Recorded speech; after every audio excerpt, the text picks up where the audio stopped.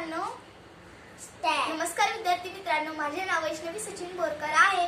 आज मी तुम्हाला इयत्ता 7तील विषय विज्ञान यातील 6वा प्रयोग दाखवणार आहे। हे पहा, मी इथे एक बादली घेतली आहे, त्यामध्ये पाणी घेतलेले आहे।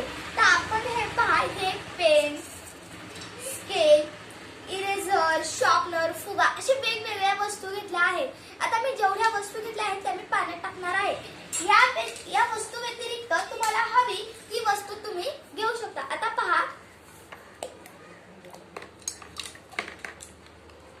हे पहा विद्यार्थी मित्रांनो, आपण पाहताय की हे ज्या काही हलक्या वस्तू आहेत त्या वरती तरंगतायत, काही ज्या जड वस्तू आहेत त्या मात्र पाण्याच्या तळाशी गेल्यात। तसं का होतं? कारण ज्या हलक्या वस्तू आहेत त्यांना त्यांना वर थांबण्यासाठी, ज्या हलक्या वस्तू आहेत त्यांना ते वर थांबू शकतात, व ज्या जड वस्तू आहेत ते मात्र तरंगू शकत नाही, ते तळाला जातात।